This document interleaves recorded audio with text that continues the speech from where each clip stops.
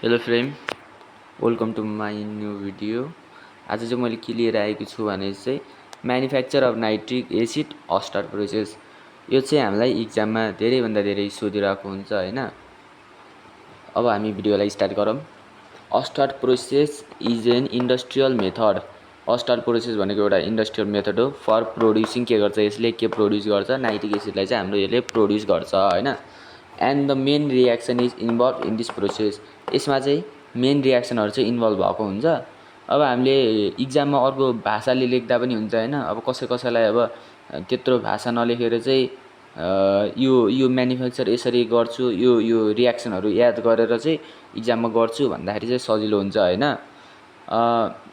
मलाई चाहिँ यही सजिलो लाग्छ, त्यही भएर मैले चाहिँ यही गराएको। तपाईहरुलाई भिडियो पनि यही गराइदिएको छु। यो इक्जाममा लेखेर यो फुलमा फुल आउँछ है। यो गरे चाहिँ यसको प्रिन्सिपल लेख भनेपछि इक्जाममा चाहिँ यो क्लास 11 मा चाहिँ आउने गर्छ हैन। अनि अब 1 मा चाहिँ के भनेछ, oxidation of ammonia NH3 in एयरमा। अनि के को पिरियडमा, क्याटालिस्टको पिरियडमा चाहिँ हामीले प्रोड्युसिङ नाइट्रो अक्साइड चाहिँ हामीले यहाँबाट प्रोड्युस गर्छौं। पहिले चाहिँ हामीले के बनाउँछौं, अक्सिडेसन र एमोनियालाई अक्सिजनसँग चाहिँ रियाक्सन गरेर चाहिँ हाम्रो के निक्लिन्छ, नाइट्रो अक्साइड निक्लिन्छ, एनो निक्लिन्छ, हो कि हैन। अब NH3 लाई O2 सँग त्यो गर्यौं, यहाँ चाहिँ प्लाटिनम त्यो गरेर चाहिँ 850 डिग्री सेल्सियसमा तताएर चाहिँ हामीलाई के निक्लिन्छ, एनो निक्लिन्छ हैन। सो ब्यालेन्स गर्दाखेरि यो भयो हैन। अनि यहाँबाट निक्लेको नाइट्रो अक्साइडले हैन, यहाँनिर छ त यो नाइट्रो अक्साइड प्रोड्युसिङ, यहाँ चाहिँ नाइट्रो अक्साइड प्रोड्युसिङ भयो हैन। अब यही नाइट्रो अक्साइडलाई चाहिँ यहाँ फेरि अक्सिजनसँग रियाक्सन गरेर चाहिँ हामीले के निकाल्नु पर्ने छ, नाइट्रो डाइअक्साइड निकाल्नु पर्ने छ।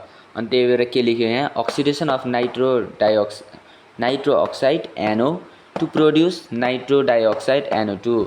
अब हामीले नाइट्रो अक्साइडलाई नाइट्रो डाइअक्साइडमा चाहिँ हामीले निकाल्नु पर्ने हुन्छ हैन। त्यही भएर यो NO छ नि, यो माथिको NO लाई चाहिँ NO लेख्ने प्लस अक्सिडेसन भनेको छ। त्यही भएर अब O2 सँग गर्ने, O2 सँग रियाक्ट गर्ने, रियाक्ट गरेर चाहिँ हाम्रो के बन्यो, NO2 बन्यो। अब यसलाई ब्यालेन्स गर्दाखेरि चाहिँ 2 यहाँ थप्यो, 2 यहाँ थप्यो, 2 नाइट्रोजन, अक्सिजन 2 अनि यहाँ 2 छ, 2 दुना 4, 2 दुना 4, 2 दुना 4 भयो हैन। यो भयो। अनि सरी यहाँनिर चाहिँ 2 हैन, यहाँनिर 3 हो हैन, यहाँनिर 3 हो है। अनि अब चाहिँ के हुन्छ भने चाहिँ थर्ड स्टेपमा के हुन्छ भने चाहिँ absorption of nitro dioxide NO2 in water to produce nitric acid HNO3। अब हामीले चाहिँ यहाँमध्ये चाहिँ हैन, यता माथिको हाम्रो नाइट्रो डाइअक्साइड निक्ल्यो हैन। अब नाइट्रो डाइअक्साइड निक्लिसकेपछि यही नाइट्रो डाइअक्साइडलाई चाहिँ यहाँ तल पानीमा चाहिँ पानी चाहिँ एब्जर्प्सन गरेर चाहिँ हाम्रो के बनाउनु पर्यो, नाइट्रिक एसिड चाहिँ हामीले यहाँनिर बनाउनु पर्यो। यो लास्ट स्टेपमा चाहिँ हाम्रो नाइट्रिक एसिड निक्लिन्छ। त्यही भएर अब यही माथि हाम्रो NO2 आछ नि, यो NO2 लाई चाहिँ अब हामीले तल NO2 लाई चाहिँ केसँग भनेछ, पानीसँग भनेछ हैन। त्यही भएर पानीसँग भनेपछि चाहिँ NO2 लाई चाहिँ पानीसँग रियाक्ट गर्यो भने के भन्छ, हाम्रो HNO3।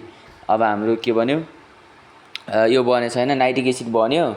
अब यसलाई रियाक्सनमा कसरी लेख्न सकिन्छ, अब यहाँ त ब्यालेन्स भएको छैन, एउटा छ यहाँ, यता दुईवटा छ। अब यसलाई चाहिँ ओभरअल रियाक्सन रिटर्न यसलाई कसरी पनि लेख्न सकिन्छ भने चाहिँ 4NH3 हैन, एमोनिया 4NH3 अनि O2 पानीसँग यो एमोनिया यो प्लस गरेर चाहिँ हामीले के भन्छ, HNO3 भन्छ।